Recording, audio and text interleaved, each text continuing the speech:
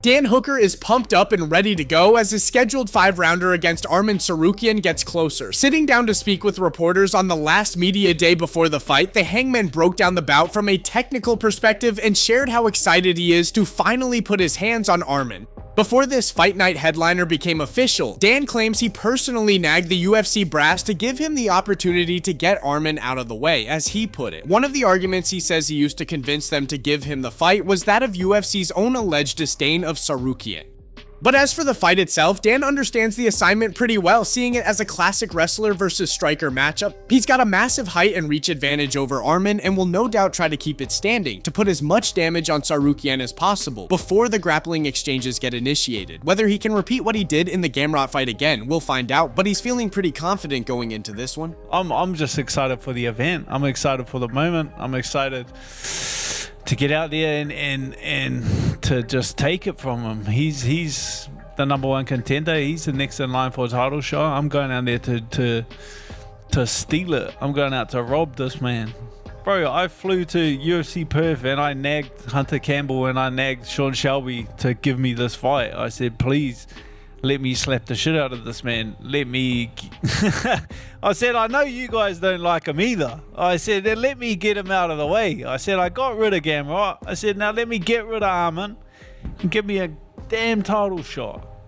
That's the beauty of it. He's come out and said that he's going to wrestle and make me tired. But that's the beautiful thing about wrestling, is you're going to make both of us tired. Now we're just both tired. But there's one thing I can do, and that's fight tired.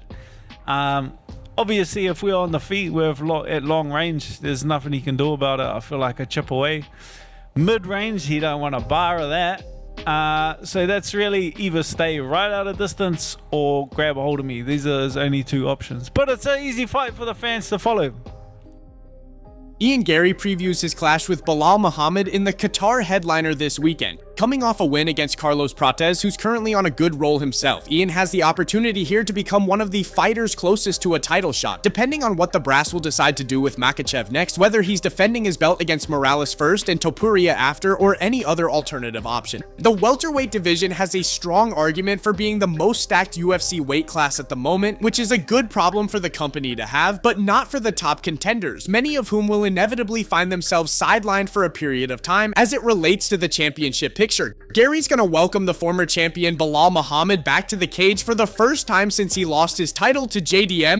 The outcome of this grappler versus striker matchup, if Belal doesn't try to be a striker again, will give us a definitive answer on where each of them is headed in their fighting career moving forward.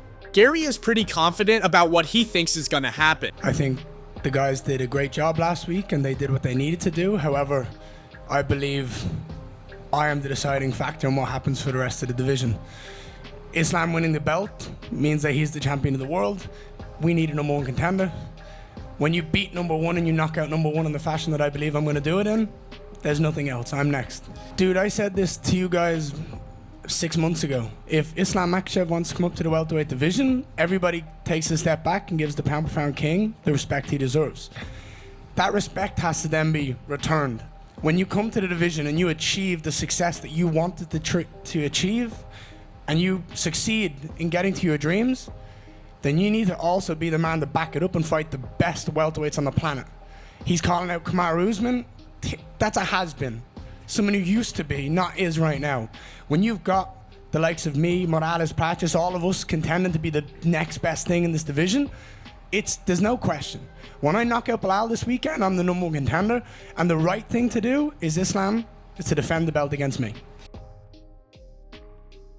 John Anik reveals Michael Morales will most likely get the title shot against Islam Makhachev next, contrary to the belief of many in the community who expect the Dagestani's opponent in the first title defense to be either Kamaru Usman, Carlos Prates, or Garry if he wins against Belal this weekend. UFC's play-by-play commentator explained why the company views Morales as a more potent threat to Islam than the other contenders at the top of the welterweight division.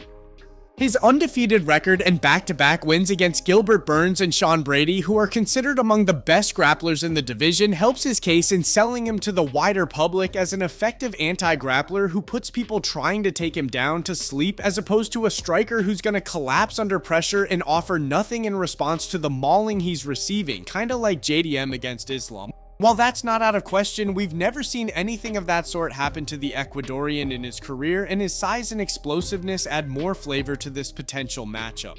If you're Ian Machado Garry, right, you were not looking for Carlos Prates and Michael Morales to both do that on pay-per-view. Like, that's not ideal for Ian Machado Garry's title shot and contendership and candidacy. It's just not. Michael Morales is actually the guy who has the inside track right now, in part because Carlos Prates would just say to Hunter and Dana on the phone, like, I understand, I'll just keep knocking guys out. Dana acknowledged Morales Brady as an eliminator during fight week, and then Morales did that. So I actually think the Ecuadorian Morales might be next. Jack Della Madalena's coach breaks silence following their devastating loss to Islam Makhachev on UFC 322. Most likely, the reason we saw Jack wearing his frustration on his face even before the bout was over was not only the simple fact that he was convincingly losing, but more importantly, how incapable of resisting Islam's drowning grappling pressure he turned out to be. He did manage not to get submitted, but that was the only thing he did well. Makhachev chose not to take risks and control his opponent on the ground, which resulted in over 19 minutes of control time.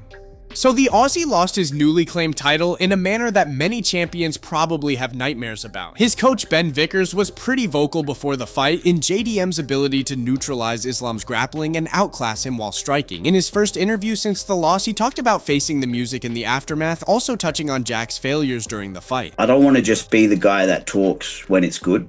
Like I feel like I can give the gym's position, I can give our position post-fight, and give some honest feedback and thoughts on the performance. And yeah, it's been a decade of getting flowers, so to be getting some shade is a new experience, but not a new experience in my life, fortunately.